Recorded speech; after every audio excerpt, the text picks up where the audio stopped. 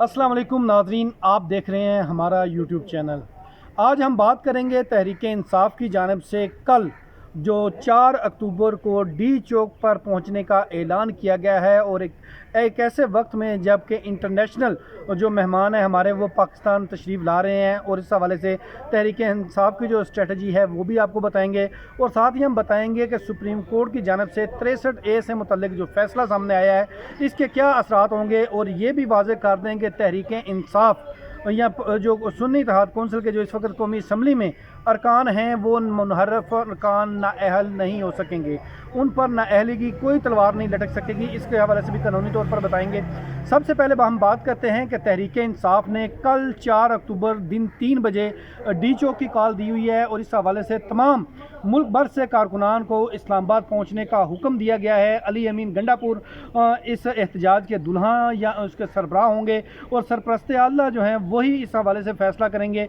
इससे कब जब पिंडी में एहतजाज हुआ तो उसको बंद किया गया, तो इमरान खान की जानिब से उनको कहा गया कि सलमान अकरम राजा और बैरिस्टर गौहर कौन होते हैं फ़ैसला करने के वाले, जबकि ये इख्तियार आपको दिया गया है। अब ये आपके पास इख्तियार है कि आप डी चौक पर आकर एहतजाज करके कितनी देर तक एहतजाज करते हैं वो फ़ैसला भी आपने करना है।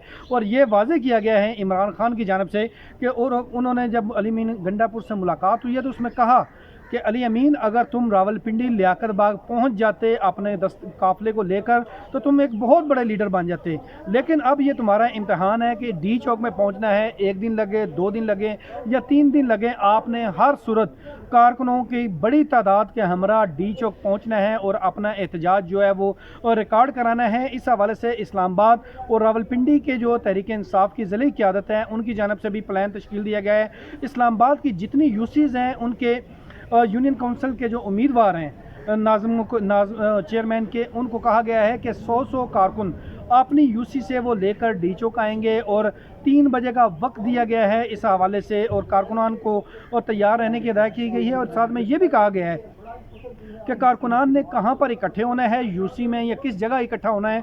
इस हवाले से ना तो कोई लोकेशन किसी से शेयर की जाए और ना ही कोई इस हवाले से किसी को भी बताया जाए। सिर्फ उस शख्स को बताओ जो इस बतौर कारकुन एहतजाज में शिरकत के लिए आए, तो उससे टेलीफोनिक या व्हाट्सएप ग्रुप के ज़रिए उसको जगह जो है वो बताई जाए। लोकेशन शेयर नहीं करने का कौन किस वक्त कहाँ पर इकट्ठा हो रहा है, असेंबल होकर वो डी चौक की तरफ आएंगे।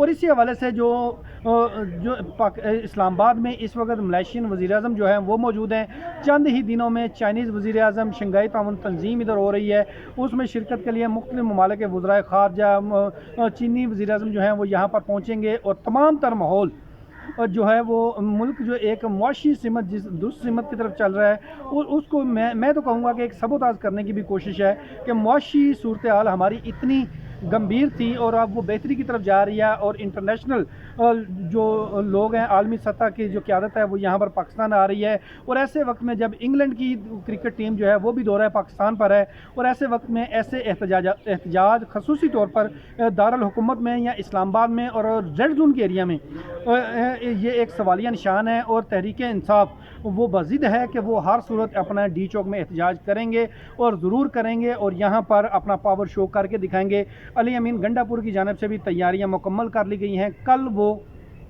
जो KPK का जो काफ़िला है उसको लीड करते हुए इस्लामाबाद की तरफ आएंगे। इधर हुकूमत की जानिब से भी ये स्ट्रेटजी बना ली गई है। आज रात से इस्लामाबाद को मुकम्मल तौर पर सील कर दिया जाएगा, रेंजर्स के हवाले इस्लामाबाद को कर दिया जाएगा, और जो किसी भी कारकुन को या इस हवाले से दफ़ा 144 तो पहले ही नाफिज है, और किसी को भी रेड जोन की जानिब और खसूसी तौर पर डी चौक की जानिब आने की इजाज़त नहीं दी जाएगी। और जो ज़राए हैं उनका ये भी कहना है कि ये भी तजवीज़ ज़ेर गौर है कि जब तक शंघाई ताउन तंजीम का इजलास नहीं हो जाता, जो कि 16 तारीख की शाम को ख़त्म होना है, तब तक इस्लामाबाद को के जो बैरूनी और अंदरूनी दाखिली रास्ते जो हैं उनको मुकम्मल तौर पर सील रखा जाएगा, ताकि जो मुख्तलिफ ममालिक से आए हुए मेहमान हैं उनके सिक्योरिटी जो खदशात हैं वो ऐसी चीज़ जो है वो पैदा ना हो सके। ताहम तहरीक इंसाफ ने भी अपना प्लान बनाया हुआ है। हुकूमत की जानिब से भी प्लान है कि कारकुनान को इस्लामाबाद नहीं पहुँचने देना, दूसरे शहरों के लोगों को, और जो इस्लामाबाद के कारकुनान हैं उनको उनके एरियाज़ में जाकर उनको गिरफ़्तार किया जाएगा। इस हवाले से मुख्तलिफ़ जगहों गुज़श्ता रात से ही रेड का सिलसिला जारी है। जो क़यादत है तहरीक इंसाफ की ज़िले सतह की या यूनियन सतह की, उनको उठाया जा रहा है, उनको हिरासत में लिया जा रहा है। और दूसरी बात करेंगे सुप्रीम कोर्ट का जो फ़ैसला है, उस हवाले से सुप्रीम कोर्ट ने जो मुनहरफ अरकान के वोट को काउंट करने को तस्लीम कर लिया है, फ़ैसला दिया है। और साथ ही और ये भी जो है वो इस फ़ैसले के जो असरात होंगे वो ये होंगे, इससे पहले कोई भी फ्लोर क्रॉसिंग करता था तो उसका वोट काउंट नहीं होना था, लेकिन अब वोट काउंट होगा। और मैं ये भी यहाँ पर एक कानूनी नुक्ता आपको बता देता हूँ कि अगर तहरीक इंसाफ कहें या सुन्नी इत्तेहाद कौंसिल, उनका कोई भी रुकन वोट कास्ट करेगा तो वो नाअहली रेफरेंस से बच जाएगी। उसकी कानूनी वजूहत हैं।